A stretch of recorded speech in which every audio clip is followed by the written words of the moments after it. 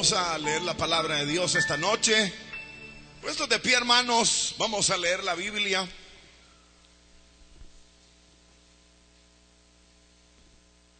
Hemos venido estudiando el libro de los Hechos de los Apóstoles.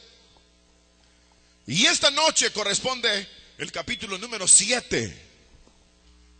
Y ya hemos tenido por lo menos unas 3 disertaciones de este capítulo número 7. Y hoy vamos a finalizar el capítulo número 7 con un detalle muy interesante que se narra en los versículos básicamente finales del capítulo número 7. Y vamos a leer el versículo número 55 en adelante. Capítulo número 7, versículo número 55 en adelante, que dice: pero Esteban, lleno del Espíritu Santo, puestos los ojos en el cielo, vio la gloria de Dios y a Jesús que estaba a la diestra de Dios. Y dijo: he aquí, veo los cielos abiertos y al Hijo del Hombre que está a la diestra de Dios. Entonces ellos, dando grandes voces, se taparon los oídos y arremetieron a una contra él, y echándole fuera de la ciudad, le apedrearon. Y los testigos pusieron sus ropas a los pies de un joven que se llamaba Saulo, y apedreaban a Esteban mientras él invocaba y decía: Señor Jesús, recibe mi espíritu. Y puesto de rodillas, clamó a gran voz: Señor, no les tomes en cuenta este pecado. Y habiendo dicho esto, durmió. Y Saulo consentía en su muerte.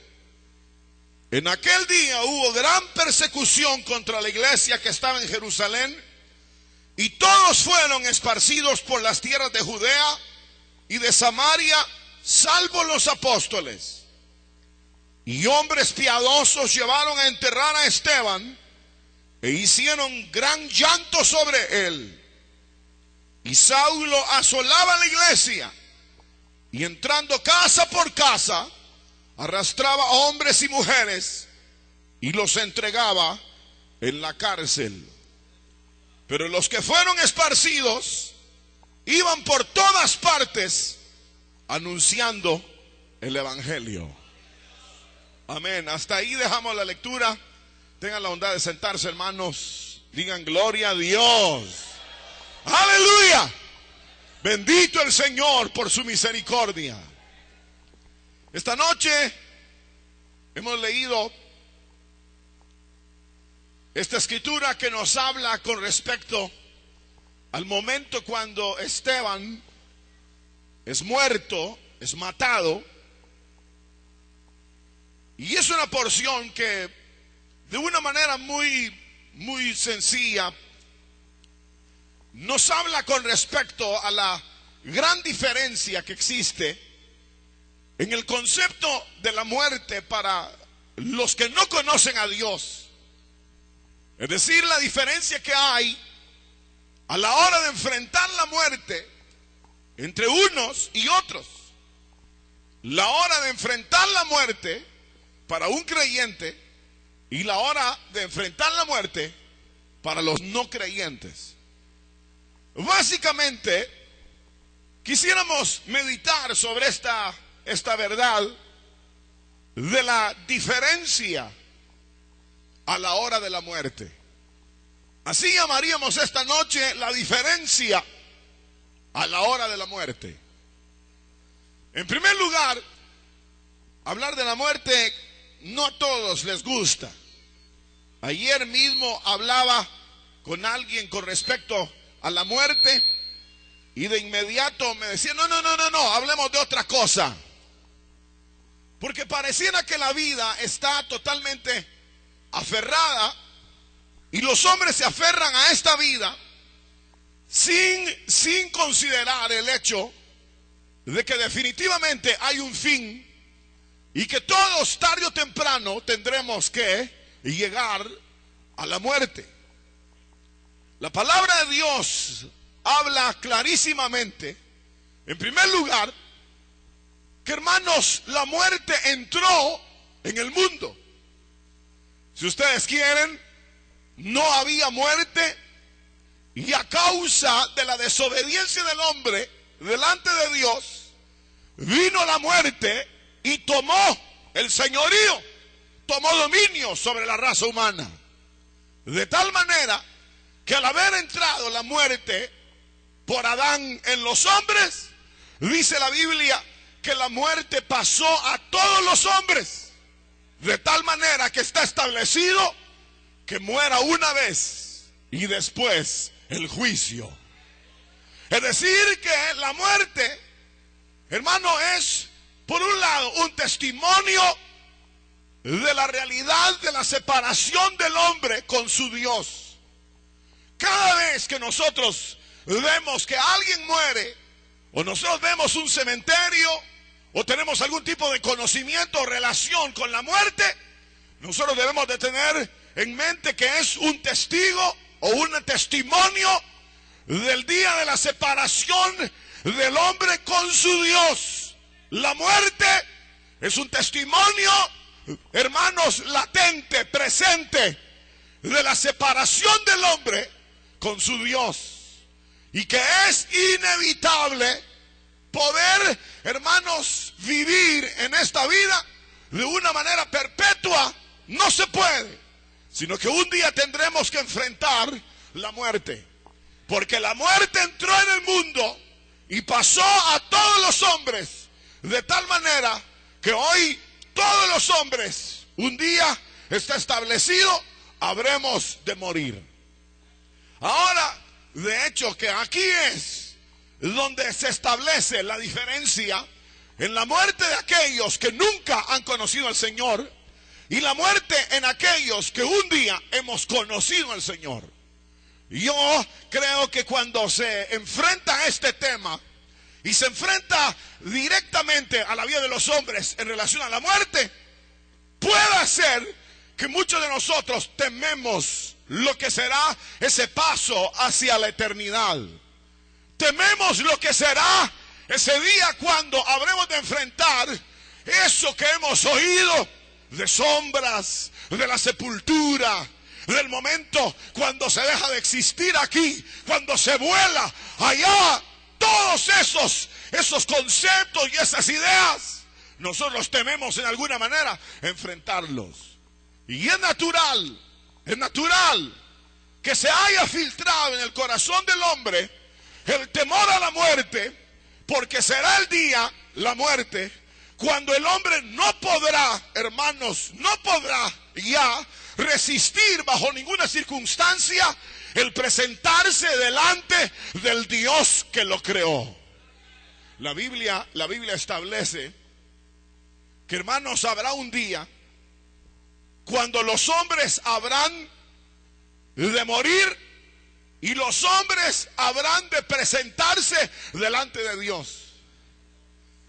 No sé en realidad si usted recuerda cuando usted vino a Cristo, si los temores de la muerte y los temores de la eternidad le inundaron, o si sencillamente los temores de la muerte y de la eternidad nunca llegaron a su corazón. Pero hay en la vida, mientras se vive, siempre algo ahí presente de que las cosas que se han vivido parecieran no haber sido suficientes como para garantizar esa vida que está por venir. Queridos hermanos, todos un día habremos de presentarnos a este final. La Biblia dice que ciertamente hay un fin. Ciertamente todo hombre que vive morirá. Ciertamente, dice la Biblia, no existen armas en tal guerra. Es decir, que tarde o temprano, joven, adulto, niño, viejo o vieja, tendrá que morir y tendrá que ir a presentarse delante del Dios que hizo los cielos y la tierra. No hay manera. Ahora, la diferencia está en cómo habremos de enfrentar nosotros ese día. Yo sé que si pregunto esta noche aquí, ¿cuántos están preparados para ese día? O los que ya no sienten temor, es posible que todos levantemos la mano. Pero sinceramente, ¿cuántos de nosotros en realidad ya no sentimos temor a la muerte? En realidad, ¿cuántos ya no sienten temor, hermanos, de que un día van a dejar de respirar, van a dejar de ver, van a dejar este cuerpo para entrar en una dimensión de eternidad? ¿Cuántos de nosotros? Y ahí es donde se establece la diferencia. Ahí es donde ha de establecerse la diferencia.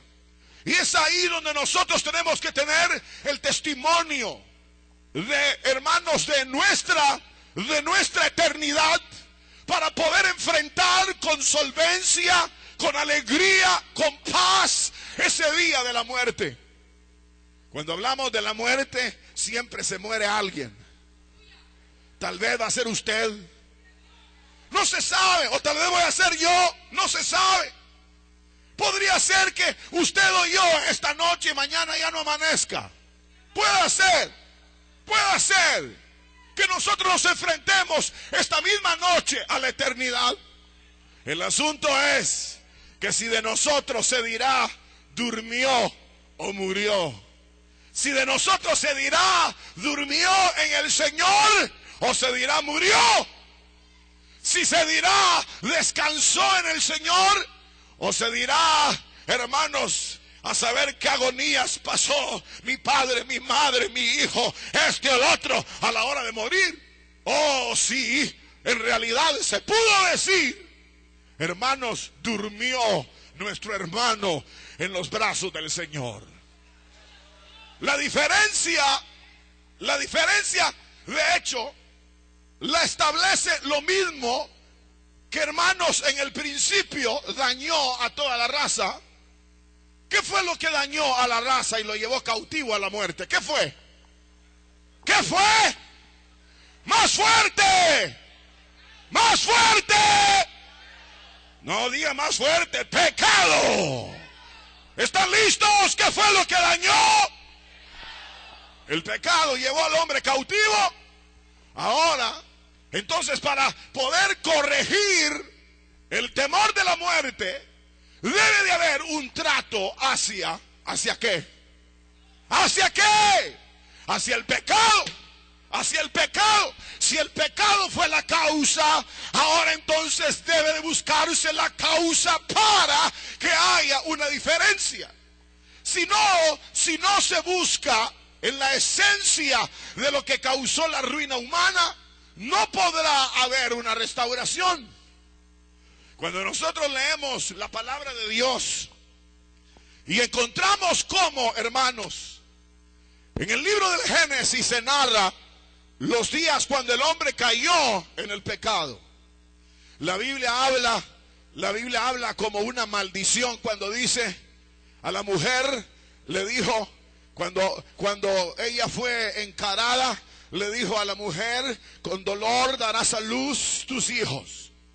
A la serpiente le dijo, andarás arrastrada y polvo comerás. Al hombre le dijo, tus fuerzas las entregarás sobre lo que tú quieres y luego volverás al polvo de donde fuiste tomado. Ahora, hermanos, la causa había sido el pecado. Y es ahí donde precisamente Dios trata con la vida del hombre. Dios, oigan bien esto, Dios no necesariamente, hermanos, quiere que nosotros en esta vida lleguemos a tener ciertos niveles distintivos en nuestro entorno, en nuestra exterioridad. No necesariamente. Lo que el Señor quiere es tratar en lo que causó la degradación humana. Ahí es donde Dios quiere tratar. Si el mundo, hermanos, giró violentamente para producir cardos y espinos. Si el hombre sufrió o la mujer sufrió dolores, fue por el pecado. La tierra cambió por el pecado. Y la longevidad del hombre fue detenida, o la vida larga y la vida eterna fue frustrada y detenida por el pecado. Entonces ahora, si uno quiere una restauración, que la tierra cambie, que la vida cambie, que el dolor desaparezca y que, hermanos, la vida eterna vuelva, debe de haber un trato hacia el pecado. Uno le puede dar 1000 vueltas a las cosas. Uno le puede dar 1000 vueltas. Por ejemplo, alguien que se lo esté llevando el diablo ahorita. ¿A cuántos se lo está llevando el diablo ahorita? ¿Cuántos tienen problemas graves ahorita? Uno puede decir, no, yo voy a buscar un amparo, voy a buscar algún amigo que me ayude, voy a buscar a alguien que me ampare, voy a hacer esto y lo otro. Eso lo puede hacer, pero no es la solución, porque la solución para que las cosas cambien verdaderamente tiene que ser tratado en el mismo lugar donde fueron dañados. El daño entró al mundo por el pecado, y hoy tiene que haber entonces una solución del pecado. En la gracia y misericordia de Dios, digan gloria a Dios. Lo voy a decir una vez más, en la gracia y misericordia de Dios, Dios tenía un plan para tratar con el pecado. Levanten su mano, digan gloria a Dios, hermanos. Porque si al hombre le hubieran dejado en sus manos la posibilidad de una restauración de la tierra, una restauración de, hermanos, de la salud, una restauración de la longevidad, no hubiera sido posible para el hombre lograr una restauración en la vida de los hombres. Tuvo que haber hecho Dios algo para que entonces pudiera el hombre entrar precisamente en esa dimensión, en ese nivel en donde podría ser capaz de verse restaurado y reparar el daño que trajo desde el principio. La Biblia habla que Dios, hermanos, habló a los hombres desde el tiempo antiguo y les señaló este hecho, que había necesidad de derramar sangre para cubrir, para borrar el pecado. Es decir, que los hombres desde los primeros días tenían conocimiento de que la causa de la ruina humana había sido el pecado. Así que la causa de la ruina nuestra aquí no es otra sino el pecado. La causa de la ruina de las naciones es el pecado. La causa de la ruina de los hombres es el pecado. La causa de la ruina de los hombres, de las mujeres, de los niños es el pecado. No hay otra. Y entonces Dios quiso estampar, sellar en el corazón de los hombres esa verdad. Y entonces los hombres empezaron a aprender a sacrificar a Dios. A sacrificar a Dios. Todo el Antiguo Testamento está lleno de sacrificios, de animales, de corderos, de vacas. Pero todo eso era un derramamiento de sangre para que hubiera conciencia del pecado, que era el que había venido para destruir a la raza humana. Sin embargo, en medio de toda esa, hermanos, diría yo, enseñanza y prefiguración, hermanos, se estaba perfilando el plan perfecto de Dios, donde Dios daría a su Hijo para morir en la cruz del Calvario, para llevar el pecado de los hombres, y todo aquel que en él creyera podría verse liberado de la culpa, de la muerte y de la carga del pecado. Gloria a Dios. Díganme ustedes, si no hubiera sido por esa gracia, ¿dónde hallaría el hombre una solución para el pecado? Digan dónde. ¿Dónde hallaría el hombre una solución para el pecado? Si, hermanos, el hombre arregla el pecado con pecado, arregla el pecado con pecado, y cada vez se hunde más, entonces no hay manera humana de poder erradicar la razón o la culpabilidad del pecado. No hay manera. No importa lo que el hombre haga, puede ser millonario, puede ser, hermano, puede ser un hombre hábil para los negocios, puede ser una persona, hermano, muy violenta, puede ser una persona muy hábil, puede ser una persona muy estudiada, pero si no hay manera de que él pueda tener conciencia del pecado para luego, hermanos, necesitar o urgir por una liberación del pecado, entonces el hombre nunca podrá alcanzar la paz y la victoria a la hora de su muerte. La Biblia habla que Dios amó tanto a este mundo que ha dado a su Hijo unigénito, para que todo aquel que en Él crea no se pierda, mas tenga la vida eterna. Digan gloria a Dios. Esa es la verdad del Evangelio. Esa es la verdad que Esteban había conocido. Había conocido Esteban la gracia de Dios en Cristo, al grado que la Biblia señala que este hombre, Esteban, muestra dos detalles previos a su muerte. Yo diría tres. Primero, es un predicador de la fe. Un predicador de la fe. Mostraba con ello que él verdaderamente había conocido la gracia de Dios en Jesucristo. Segundo lugar, Esteban sus ojos los tenía en el cielo, de donde también esperaba su redención y su gloria. La Biblia dice que él, abriendo los ojos, veía a Dios, a Jesucristo, los vio en el cielo. Esteban tenía no solamente el testimonio, tenía su mirada puesta en los cielos. Aparte de esto, hermanos, dice la Escritura que tenía un corazón también perdonador. Los mismos que lo estaban ejecutando y apedreando, dice la Biblia que Esteban dijo: Señor, perdónalos, porque no saben lo que hacen. Dice aquí: Señor, no les tomes en cuenta este pecado. El mismo Esteban pide misericordia para la gente, porque Esteban sabía que el pecado era la causa que bloqueaba la oportunidad de la vida eterna. Por eso le dicen: no les tomes en cuenta este pecado.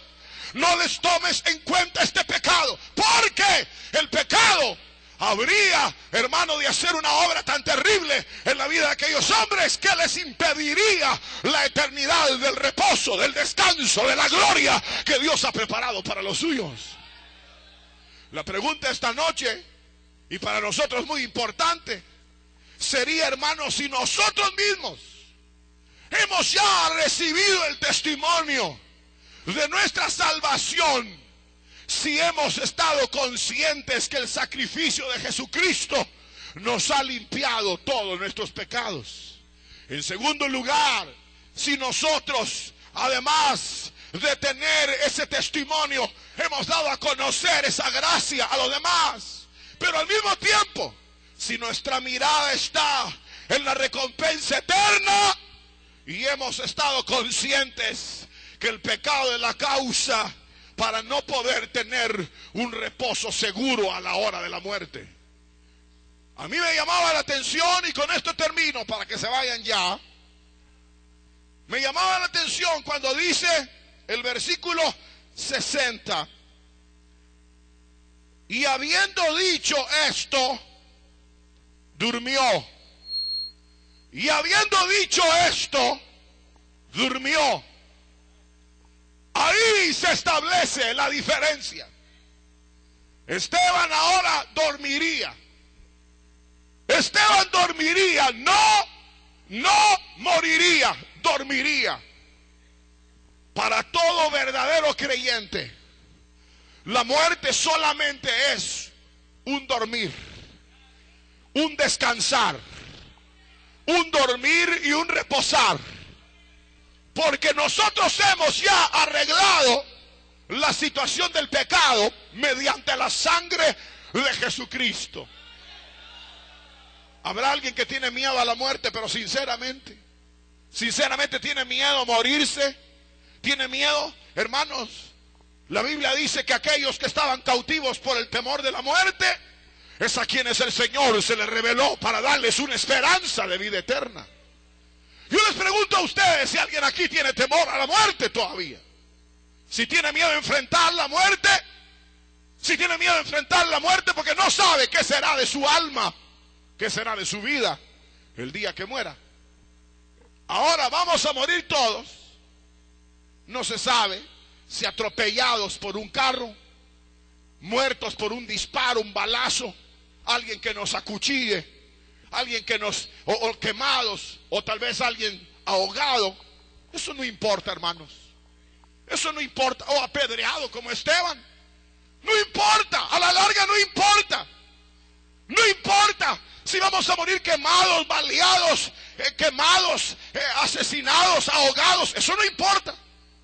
Lo que importa es haber arreglado el asunto que hace la diferencia, el pecado. Si el pecado fue perdonado o el pecado no ha sido perdonado. Si el pecado fue perdonado por la sangre de Cristo o si el pecado no ha sido perdonado. Esa es la clave y eso es lo que hace la diferencia. Si usted tiene sus pecados perdonados, hermano, viva para la gloria de Dios en la mayor intensidad que pueda y no tema a lo que vendrá o lo que podrá suceder, porque de todos modos se va a morir. Hay gente que es hermano, instrumento para terminar con los días de alguien. ¡Oh! Una enfermedad es el instrumento para terminar con la vida de alguien. Le dio cáncer y se murió. Pero el cáncer no apareció así nomás. Tiene una causa y la causa es la misma. Que, hermanos, atacó a toda la civilización. A alguien lo mataron a los 20 años, a los 30 años, a los 50 años. No importa, no importa. No importa. Si tenía solucionado el asunto del pecado, que se vaya ya. Pero si no tiene solucionado el asunto del pecado, puede ser un jovencito y si sus pecados no han sido perdonados, ¿qué vas a hacer? ¿Qué va a hacer? Puede ser un adulto, un joven, pero si no ha solucionado el asunto del pecado, ¿qué hará? Porque entonces no se escribirá de usted, murió, ¿cómo se llama usted? ¿Cómo es que se llama usted? ¿Cómo es que se llama? En el periódico mañana sale, murió fulano. Va a decir, murió fulano. Su apesarada familia están tan apesarados porque no tenía esperanza de vida eterna. Y el entierro fue un lloro completo porque todo el mundo estaba desconsolado. ¡No! ¡No! ¡No! Y ya les dije, un día de estos fui a un entierro y todos llorando y todos eran hermanos, pero una llorazón que tenían bárbara. Y yo les dije, cállense todos, si no, no predico. Porque entonces si tenemos esperanza, es esperanza de verdad. Porque la sangre de Cristo nos ha limpiado de todo pecado y de toda maldad. Y si no hemos arreglado el asunto del pecado, entonces sí temamos a la muerte. Porque el morir será lo peor que nos pueda pasar. Porque si uno muere y no solucionó el asunto del pecado, hermano, ahí sí la verá en la eternidad de lo más feo que se haya podido imaginar. Solo les voy a contar esta parábola, esta enseñanza de la Biblia. Murió y dice que abrió sus ojos en el Hades, en la condenación eterna. Y dice la Biblia que ahí tenía conciencia y se estaba, hermanos, lamentando del dolor y del calor y del fuego y de la sed tan horrible. Y que él decía que por favor hicieran algo por él.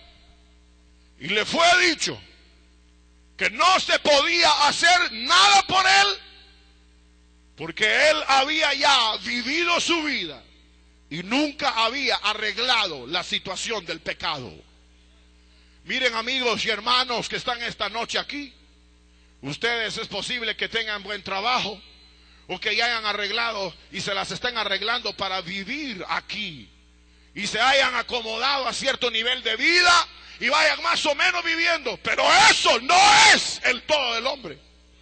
El asunto es arreglar lo relacionado al pecado, porque si lo relacionado al pecado usted no lo ha solucionado, ¿qué le espera a la hora de su muerte?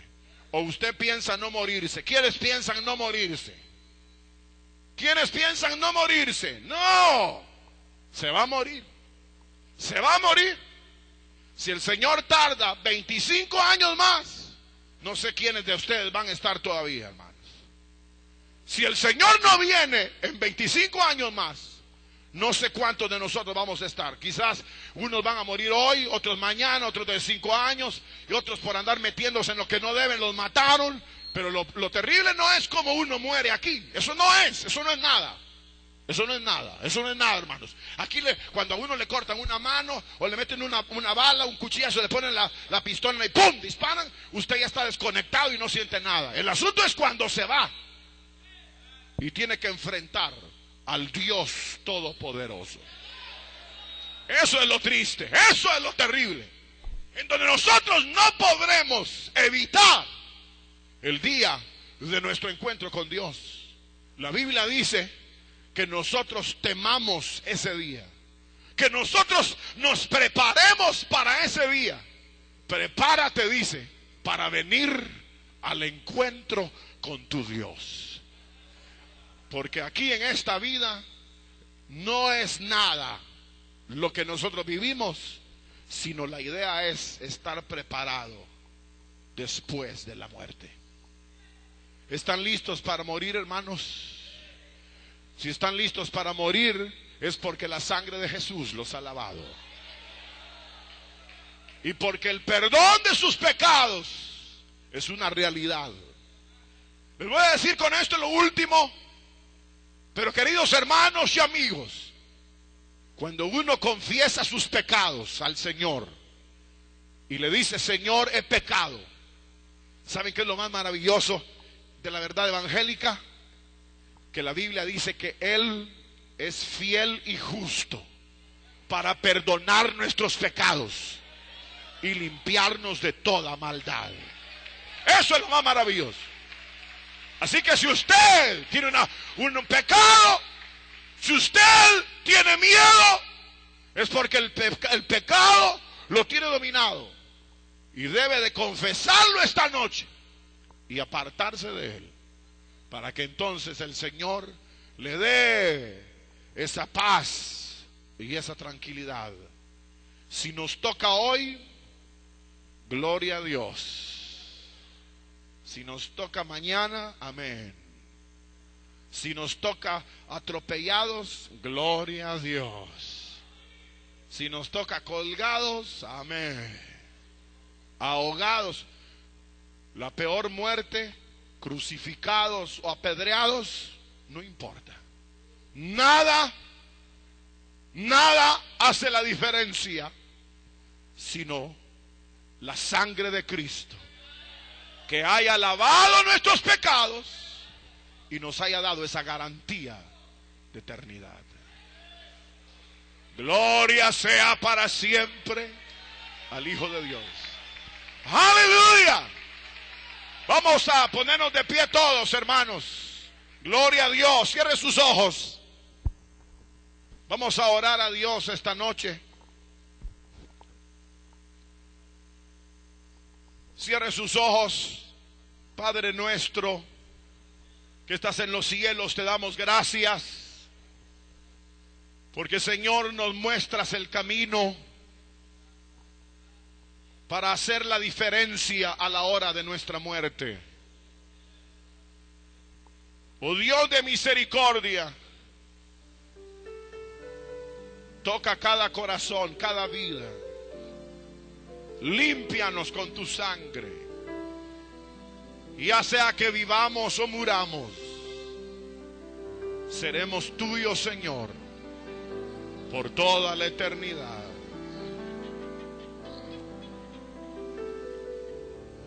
Hay un cielo hecho de oro más allá, donde siempre anhelo yo poder estar y con Cristo por la eternidad morar. Hay un cielo hecho de oro más allá.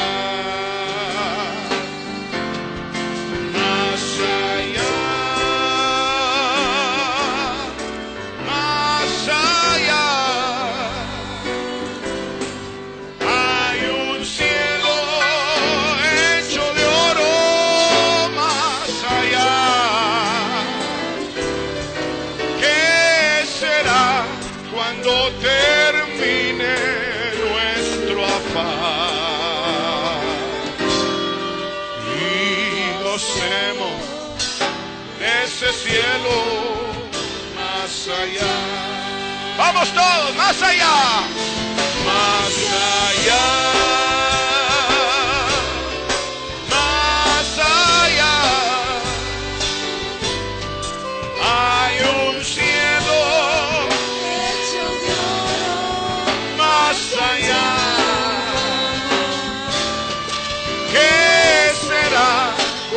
Termine nuestro afán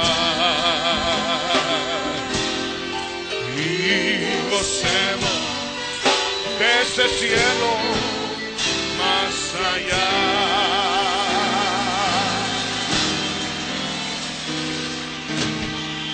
Aleluya.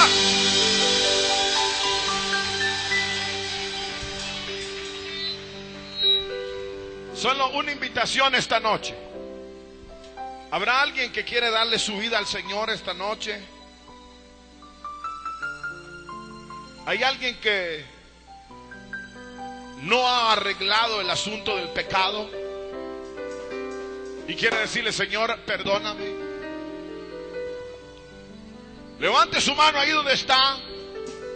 Sea que nunca haya aceptado a Cristo, o sea que ya aceptó a Cristo en alguna oportunidad y se ha desviado y quiere lavar sus pecados en la sangre de Jesús. ¿Hay alguien? Ahí donde está, levante su mano. Vamos a orar por usted. Usted podrá tener tranquilidad, paz, alegría el día de su muerte. Yo recuerdo cuando la Biblia dice que la gente estaba siguiendo a Jesús cuando Él estaba a punto de morir en la cruz. Y las mujeres gritaban. ¿Recuerdan ustedes que decían? Gritaban cosas, bienaventuranzas. Y Jesús les dijo: mujeres, llorad por vosotros y por vuestros hijos. Lo importante es arreglar nuestra situación. ¿Habrá algún valiente, alguna valiente esta noche que quiera arreglar su situación del pecado? Yo se lo recomiendo que arregle sus cosas del pecado. Porque ¿sabe por qué? Porque no se sabe el día y la hora. Y usted tiene que tener tranquilidad. Que se diga de usted: durmió en el Señor. Durmió en el Señor. ¿Habrá alguien que quiere dar su corazón a Jesús, que lo limpie? Que no tome en cuenta los pecados. Esteban dijo: Señor, no les tomes en cuenta el pecado. Y durmió.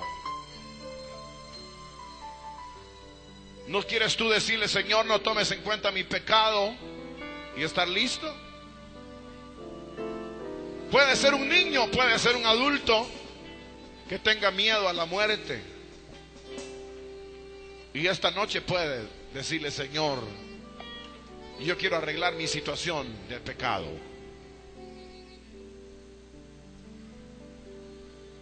No quiero abrir mis ojos en la eternidad con el terror de abrirlos en un mundo perdido, sino al contrario, abrir los ojos en la esperanza de una eternidad de gloria. ¿Hay alguien que quiera darle o hacer una renovación en su vida? Dios lo bendiga, hermano. Venga, vamos a orar por usted, hermanito. Hermanos pastores, ¿quieren venir? Ah, mi hermano. Venga, hermano Nahum, vamos a orar. Venga, hermano, vamos a orar por usted. ¿Hay alguien? ¿Alguien más?